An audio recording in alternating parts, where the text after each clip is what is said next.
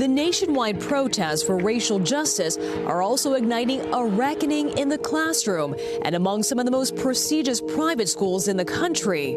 Alumni from these institutions include Kerry Washington, Anderson Cooper, and Ivanka Trump. But behind these walls, past and present students of color say there was racism, and now they're sharing their pain publicly, although often anonymously through social media accounts like this one, run by Io Lewis, a Brearley alum. And what was the purpose of creating an account like this? It's not vindictive. Our purpose is to hold the school accountable in a way that it hasn't been held before. One of the first accounts to launch, setting off an online movement, was Black at Chapin, where graduates of the all-girls Chapin School in New York City recalled racist moments that stuck with them, some even for decades.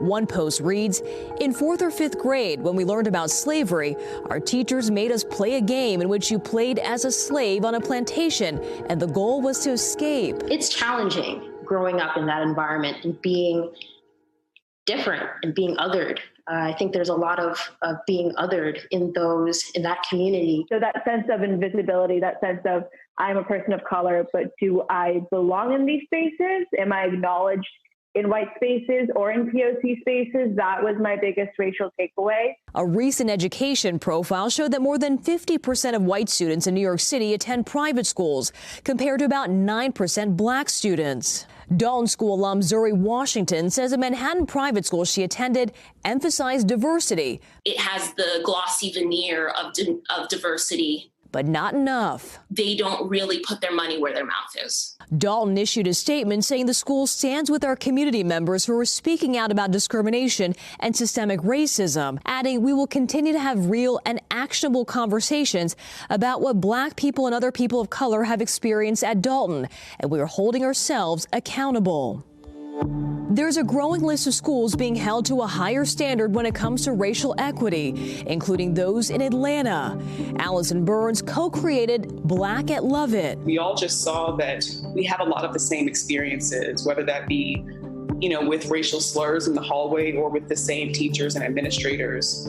So we really wanted to highlight that to start the conversation. Administrators say they're listening.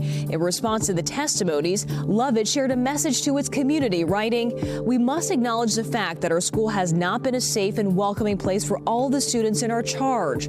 Many have left our gates and still walk our hallways feeling like they don't belong. The Lovett School is committed to doing more." Back in New York, the Chapin School tells us self-identifying students of color make up about 50% of the student body.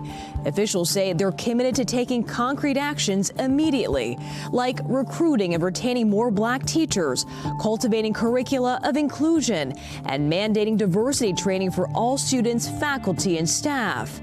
Brearley apologized to all members of our black community and promised similar steps. We are going to be working with the school, not just for the next couple of weeks, while there's all this momentum, but for as long as it takes for us to see change in our community and at our school. A turning point in our country, becoming a learning lesson for schools, pushing them to improve the student experience.